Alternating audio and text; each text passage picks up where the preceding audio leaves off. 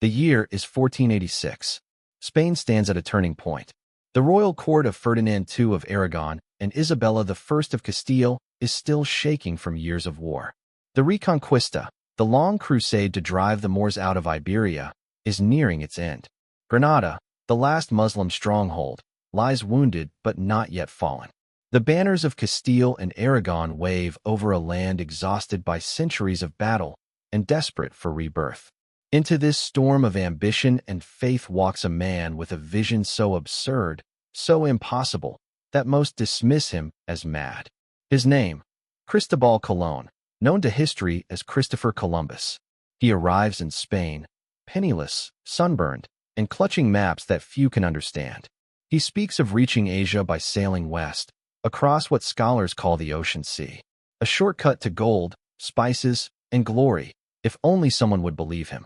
At the court of Salamanca, he unfurls his maps before a panel of priests, navigators, and scholars. He speaks passionately, his Italian accent thick, but his conviction unwavering. The earth is smaller than they claim, he insists. By God's will, one may reach the Indies by sailing westward. The scholars murmur. Some smirk. Others whisper words like heresy and madness. To most, his plan is folly. The known world ends with the Azores. Beyond that, only darkness, dragons, and the edge of creation. Yet Columbus does not yield. He travels from court to court, Portugal, Genoa, England, rejected at every door. Until, at last, he turns to Spain, where the young Queen Isabella, draped in white and gold, listens as the dreamer speaks. Spain at that time was hungry for something more than victory. It craved identity. The Moors were almost defeated. Soon the Catholic monarchs would reclaim the entire peninsula for Christendom. But a question haunted them both. What comes next? Their marriage had united Castile and Aragon. Their armies had restored Spain's pride. Yet the coffers were nearly empty, and trade with the East, dominated by Venetians and Ottomans, strangled their ambitions. The wealth of Asia, silk, gold, spices, flowed through Muslim hands. If Columbus was right, a new route to the Indies could shatter that monopoly and crown Spain as master of the seas.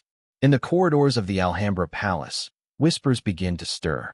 The queen is intrigued by the foreign sailor, by his confidence, his obsession, his strange mix of science and faith. He carries not only maps, but a Bible worn at the edges, quoting from the book of Isaiah. They that go down to the sea in ships, these see the works of the Lord. For Columbus, his voyage is not mere exploration, it is divine mission. He believes God himself has chosen him to open a new world for Christendom. To Isabella, that faith mirrors her own crusading heart. To Ferdinand, it smells faintly of opportunity. Still, doubt lingers. The royal advisors warn her.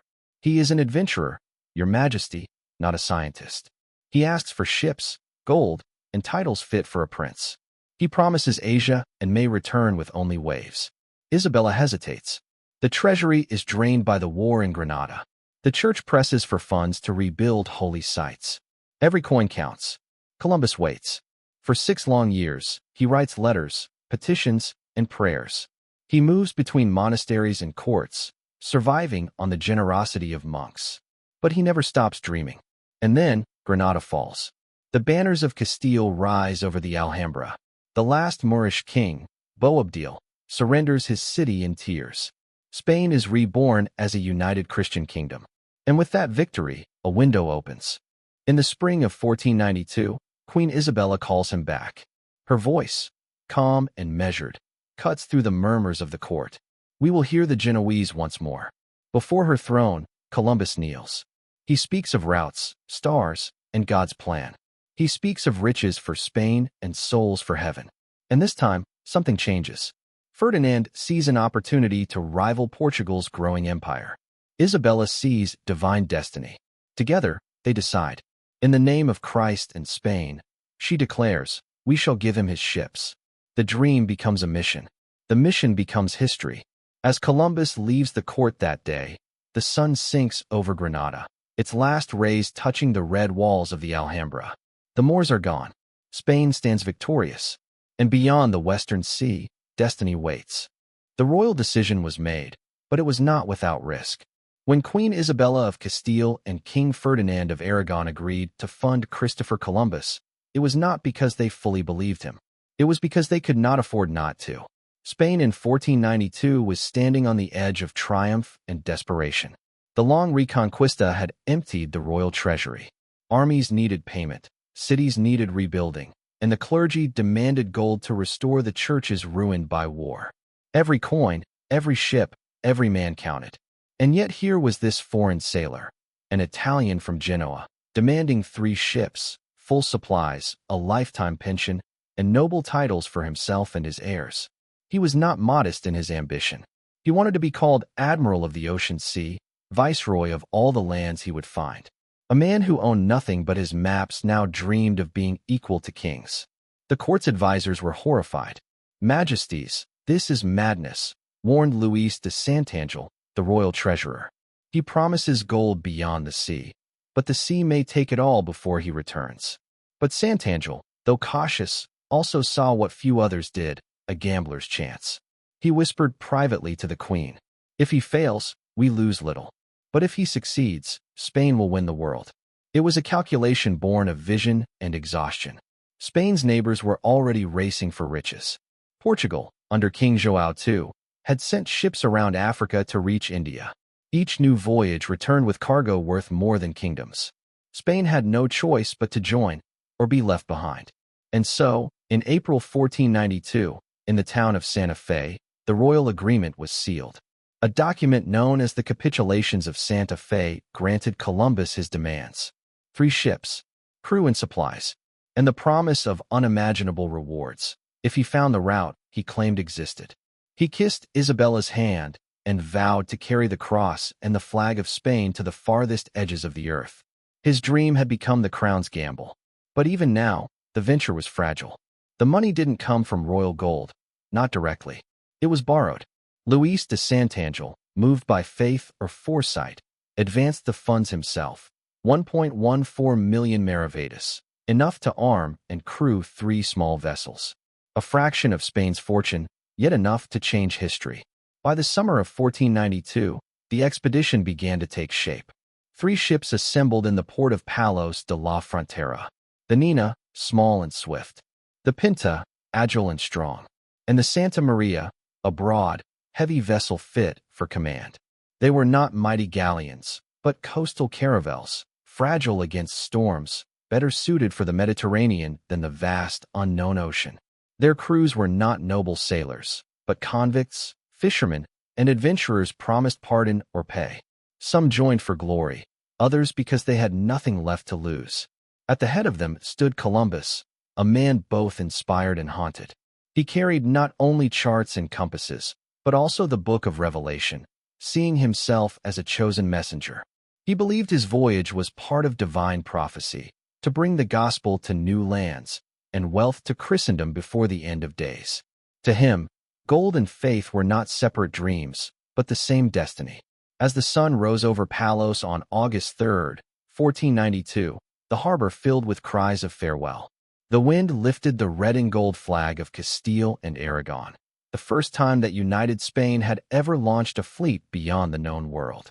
Monks from the nearby monastery of La Rabida blessed the ships, sprinkling seawater mixed with holy oil.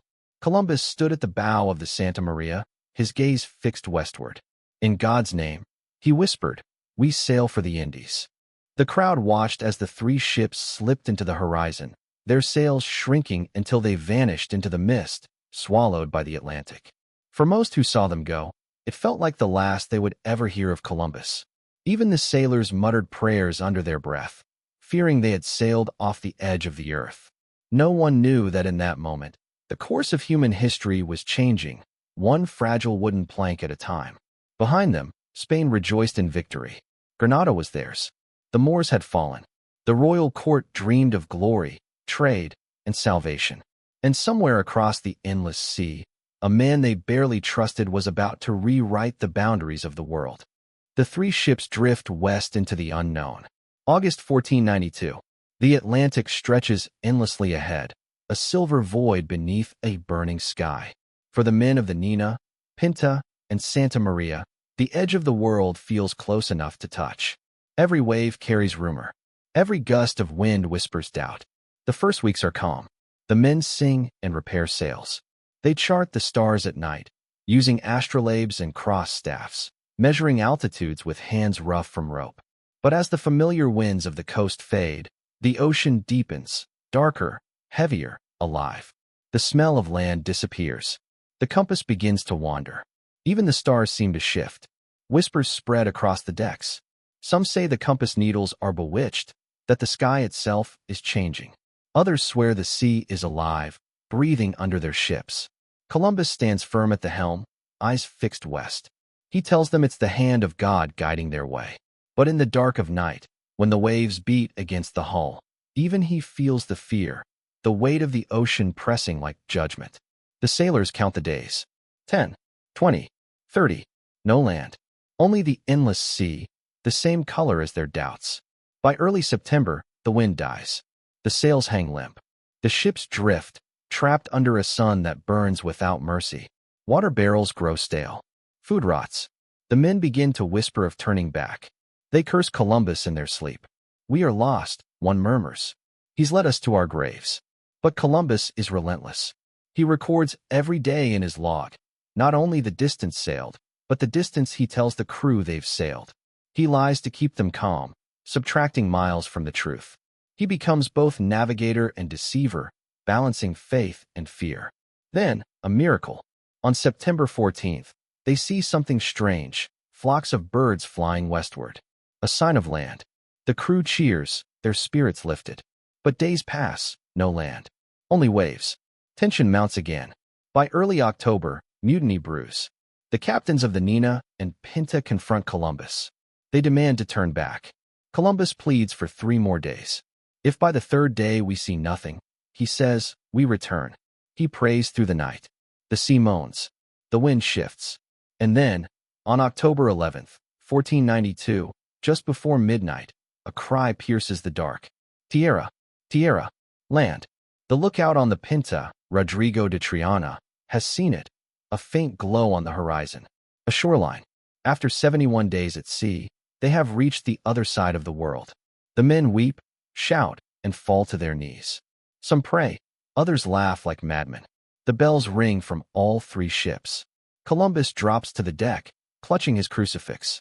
"God has delivered us," he whispers. "The Indies are ours." At dawn, they see it clearly. A small island, lush and green, shimmering under a sky they had never seen before. Palm trees rise from white sands. Birds of impossible color dart across the air. It feels like paradise.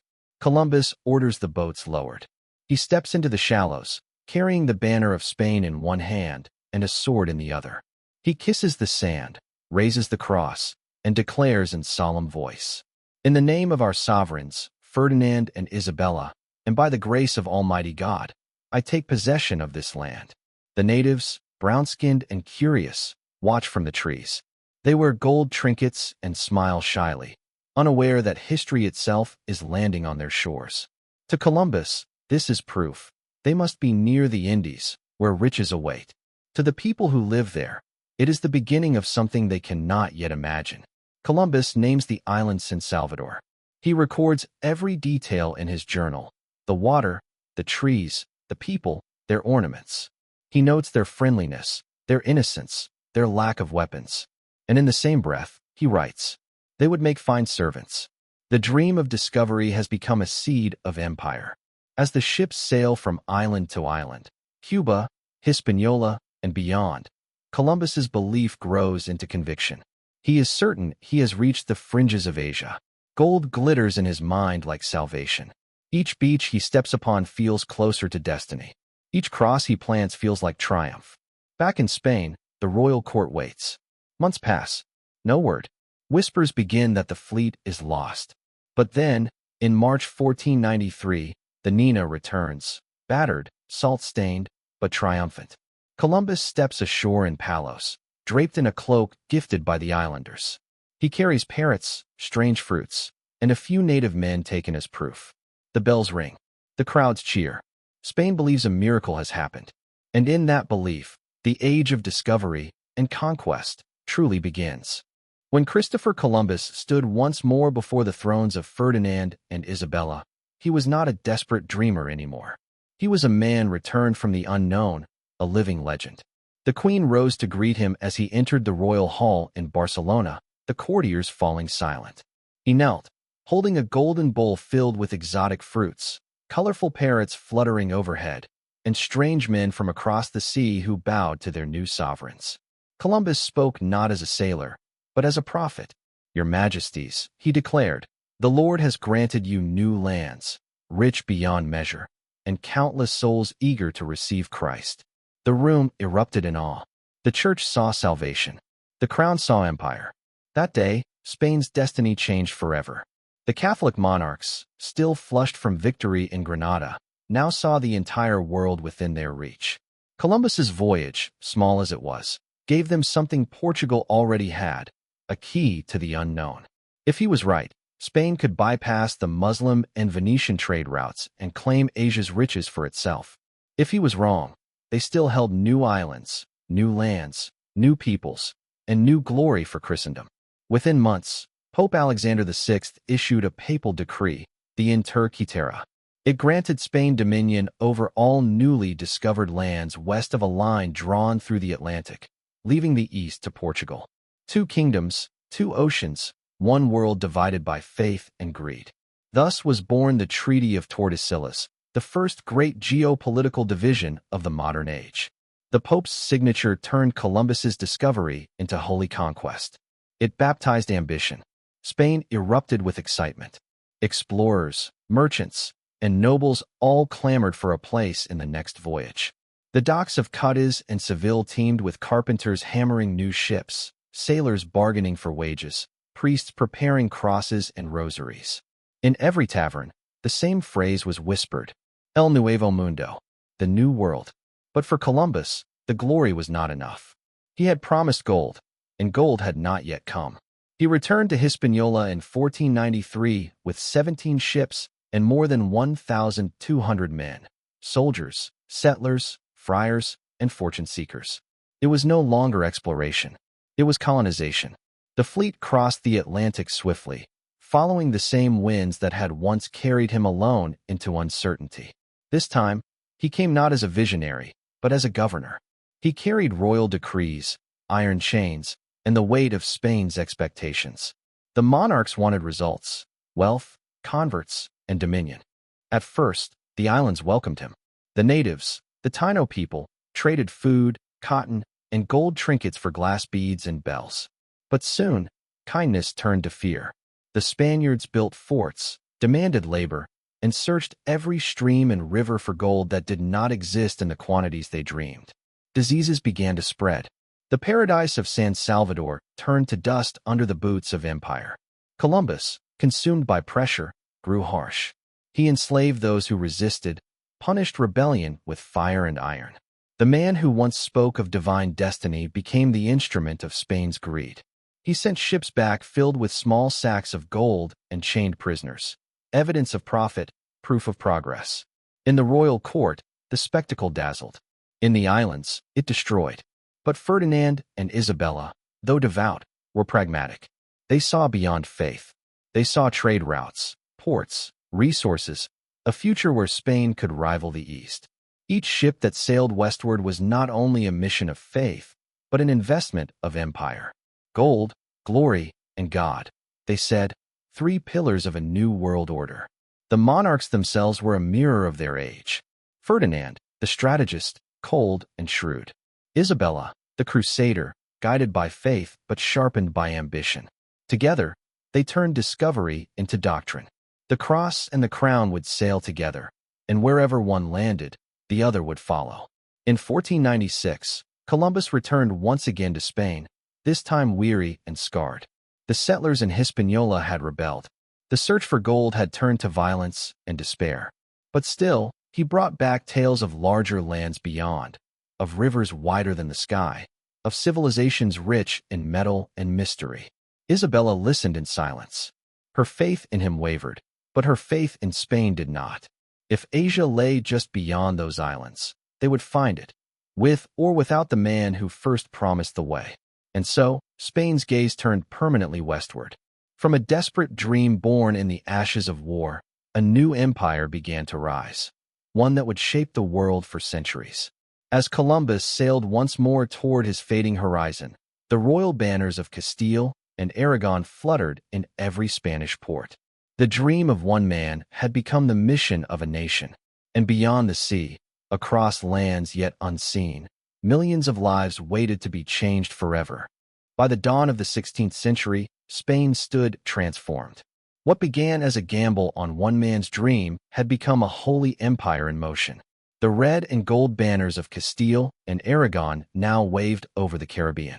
And behind every sail crossing the Atlantic was the same trinity of desire: gold, glory, and God. But beneath the triumph, shadows were growing. The islands Columbus once called paradise were sinking into chaos. In Hispaniola, Cuba, and Puerto Rico, the Spanish settlers fought hunger, disease, and rebellion. They built towns from palm and timber, raised crosses on every hilltop, and demanded gold from the people they called Indians. Yet the gold was never enough. The more they searched, the more they destroyed. The Taino, once kind, generous, curious, were enslaved under a system the Spanish called the encomienda, a word that sounded holy but hid cruelty. Natives were entrusted to Spanish lords, forced to labor in mines and fields under the pretense of conversion. Within a decade, entire villages vanished. The sound of prayer was drowned by the crack of whips and the weeping of the dying. In Spain, the truth arrived slowly, wrapped in Columbus's letters. He described new islands, new people, new wonders. But between the lines, his tone grew desperate. He begged for more supplies, more ships, more men. He blamed the colonists for rebellion and betrayal. He wrote of the natives as both innocent as children and ripe for servitude. Queen Isabella, reading his reports, felt her faith tremble. She had dreamed of spreading Christ's light, not blood.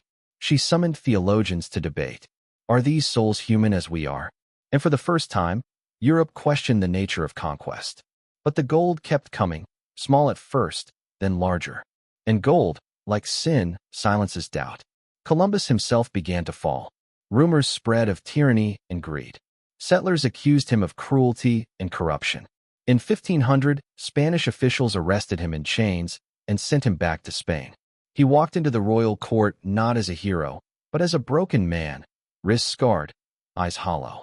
Yet Isabella wept when she saw him. She ordered the chains removed. He would keep his title, but not his power. The dream he had given Spain no longer belonged to him. Others will follow, Ferdinand said quietly. We will not stop now. And indeed, they didn't. New explorers rose in Columbus's wake. Amerigo Vespucci, the Florentine navigator, realized what Columbus never did, that these were not the Indies, but a new continent. His name, not Columbus's, would one day mark the maps, America. Soon after came Cortez in Mexico, Pizarro in Peru, and countless others. They carried muskets and crosses, fire and faith. The age of discovery had become the age of conquest. For the Catholic monarchs, this was divine reward. Spain had driven out the Moors, purified its faith, and now was spreading that faith across oceans. Priests preached that God himself had guided their ships. The church crowned the Spanish crown with holiness, calling their empire the hand of Christ upon the world. But for the lands they reached, it was the hand of fire. In Seville, gold from the Indies began to pour in, raw, shining, unholy wealth. It filled cathedrals, funded armies, and built palaces. The bells of Spain rang for mass and victory. Merchants toasted the Queen's name. And poets wrote verses comparing Spain to the sun, burning, divine, eternal. Yet somewhere, between the hymns and the coins, the original dream faded. Columbus had imagined a path to Asia, to knowledge, trade, and divine purpose. But Spain had found something else: empire, born of conquest. In 1504, Queen Isabella died. Her body was laid in the great cathedral of Granada, beneath the walls she had once conquered. Ferdinand stood beside her coffin, silent and weary. Without her, the crown felt hollow. Her faith had guided their reign. His ambition would now guide what came after. Columbus died 2 years later, believing to the end that he had reached Asia. He never knew the truth of what he had found, or what he had unleashed. But Spain did. From that moment on, the ocean became its frontier, and God became its justification. Every ship that left Seville carried both the cross and the sword. Every priest who landed on a foreign shore carried both salvation and submission. The union of the crown and the church was complete and unstoppable. The world, once divided by continents, was now bound by empire. And it had all begun with a dream whispered in the court of a queen. Spain's empire rose like a golden dawn, brilliant, blinding, and merciless. From the harbors of Seville, fleets laden with treasure sailed home each year, their hulls heavy with silver from the Andes and gold from the Caribbean. In the royal courts, the air shimmered with wealth. Nobles toasted Queen Isabella's vision, priests sang hymns of divine triumph, and the name Columbus was spoken with reverence again, now that his voyage had become legend, purified by time and profit. But behind the music, the world he had opened bled quietly. Across the Atlantic, the lands once called paradise were now crucibles of suffering. In Hispaniola, Jamaica, and Cuba, the Taino people were vanishing. Where there had once been hundreds of thousands, now only thousands remained, enslaved, diseased, broken. The Spanish colonists, blinded by greed, tore the islands apart in search of gold dust, forced men to dig until they died, and carried their women as property. What had begun as the dream of discovery had become the machinery of empire. And yet, in Spain, this truth was gilded over with glory.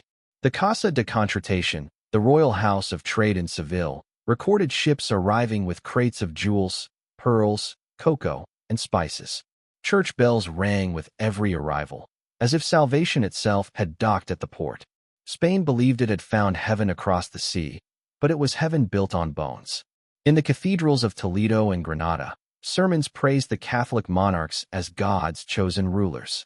The conquest of the Moors was complete, the conversion of the Indies underway, and the holy faith spread across the oceans.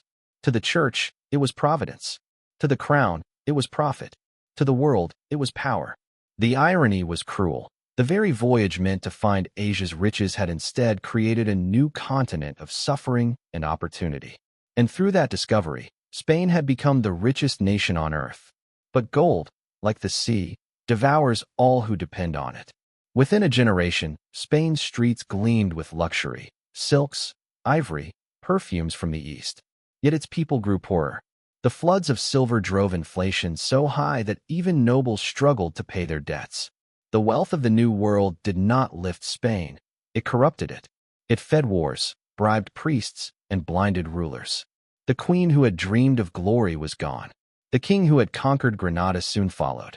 But their legacy, the union of faith and empire, endured, spreading through generations of monarchs and missionaries. Spain's ships now sailed farther than any before, to Mexico, to Peru, to the Philippines, each new voyage echoing the same promise Columbus once made. For the glory of Spain, for the glory of God. But few remembered the price. In the quiet halls of Valladolid, where monks kept records of the Indies, a new debate began to stir. The question that had once troubled Queen Isabella returned. Was conquest holy, or was it sin? Men like Bartolomé de las Casas, who had once helped govern Hispaniola, returned to Spain with broken hearts. He wrote of the cruelty he had seen, the thousands slain, the faith twisted into justification. We have destroyed, he wrote, more souls than we have converted. His words echoed through the monasteries and royal courts, but the empire did not stop. Faith was the armor of conquest, and repentance came too late for those already gone. Meanwhile, across Europe, rival nations watched Spain's golden rise with envy. Portugal, England, and France began launching voyages of their own. The dream that Columbus had sold to Isabella had escaped Spain's grasp and become the fever of the entire world. Every king wanted a new world. Every ship dreamed of gold. The horizon no longer belonged to one man or one crown. It belonged to the human hunger for more. And so, the age that Columbus began became the age that defined modern history. Spain's royal gamble had paid off, but its reward was double-edged. The wealth that made it mighty would one day break it. The faith that gave it unity would sow division. And the dream that began as exploration would end as domination. The monarchs who once stood in a candlelit hall and listened to a stranger's impossible dream could never have foreseen what they unleashed. They had opened the door to the Western world, and the world would never close again. In the old palace at Alhambra, where Columbus first won his chance, the red walls still glow in the evening sun. The words of the Quran carved by Moorish hands still whisper along the arches. Once, this was the end of Spain's war. Then, it became the beginning of its empire. And somewhere, if you listen closely, you can almost hear it, the echo of a promise. A new route to the west, a new world for Spain, a promise kept, and a price paid. 5 centuries later, the echoes of that promise still ripple across oceans. In museums, classrooms, and cathedrals, the story of Christopher Columbus remains etched in bronze and marble. Yet behind every polished plaque lies the uneasy heartbeat of truth. The voyage that once crowned Spain with glory had also cracked open the world, reshaping faith, empire, and identity forever. In Spain, the memory of 1492 is both pride and burden. It marks the year of triumph, the unification of the kingdom, the fall of Granada, and the dawn of global exploration. But it also marks the birth of empire, an age that bound faith to conquest and discovery to domination. The Catholic monarchs, Ferdinand and Isabella, had imagined themselves as guardians of God's destiny. They saw in Columbus not a merchant, but a messenger. Yet their holy ambition unleashed consequences no crown could control. The New World would enrich Spain, but it would also test its soul. From that moment forward, Spain's ships became symbols of destiny. Their sails bore both the cross and the sword. They carried friars and conquistadors, missionaries and merchants, all in the same name, Spain and Christendom. But as centuries passed, the very lands they claimed began to shape new nations, new languages, and new revolutions. The Americas, born from the meeting of 2 worlds, became a tapestry of faith and fire, indigenous roots woven with European ambition. The dream of the West had escaped its makers and taken on a life of its own. The Spanish called it El Sueño del Oeste, the dream of the West. It was more than gold or empire. It was a vision that whispered across generations. Beyond the sea lies something greater. And from that vision, the modern world was born. But history, as always, demands reckoning. As Spain's empire expanded, so too did the voices of doubt. Las Casas, once a servant of the crown, became its conscience. Missionaries began to question the cost of salvation built upon slavery. Even in the royal courts, some whispered that Spain had traded its faith for fortune. "We conquered in God's name," one monk wrote, "but forgot his mercy." By the time Columbus's bones were moved from Seville to the New World, then back again, 3 times in 2 centuries, his legacy had become a ghost. A man claimed by nations, worshipped by some, condemned by others. He had found no Asia, no golden empires, but something far more dangerous, the beginning of modernity. For Spain, the dream of the West became a mirror. It reflected its glory and its guilt. The wealth of the New World built palaces and cathedrals, but also fueled wars that bled the empire dry. By the 17th century, Spain's dominance faded beneath the rise of England and France, its gold spent, its colonies restless. Yet even as power slipped away, its legacy endured, not in thrones or coins, but in language, faith, and culture that spread across continents. Today, from Mexico City to Manila, from Lima to Los Angeles, the echoes of Spain's gamble live on, in the names of cities, the prayers of churches, and the bloodlines of nations. The dream of Columbus became the inheritance of humanity. But what remains, beyond empire and myth, is the heart of that first question: why? Why did Spain, exhausted by war and nearly bankrupt, stake everything on a foreign sailor's dream? The answer lies not only in ambition, but in belief. The monarchs of Spain lived in an age when faith was as real as stone. They believed God guided nations, and that history itself was a divine script. In their eyes, Columbus's westward path was not chance, it was prophecy. They financed him not because they saw profit, but because they saw destiny. And destiny, once unleashed, cannot be contained. In the quiet halls of the Alcazar today, the portraits of Ferdinand and Isabella still hang side by side, their faces serene, their crowns eternal. Beneath their reigns, Spain was reborn from war into wonder, from kingdom into empire. They believed they were bringing the light of Christ to the world.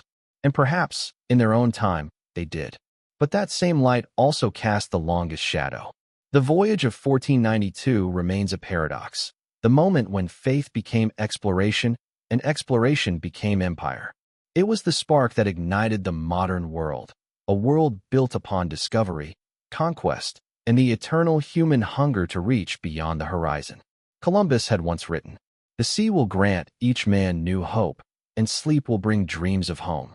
He never knew how far that dream would reach, or how many homes it would change. And so, as the sun sets over the Atlantic, the same ocean that once carried 3 fragile ships toward an unseen world, the question still lingers in the wind. Did Spain create an empire for God, or did God create Spain for an empire? The waves have no answer. They only carry the echoes of that first voyage, the prayers, the sails, and the dream that reshaped the world forever.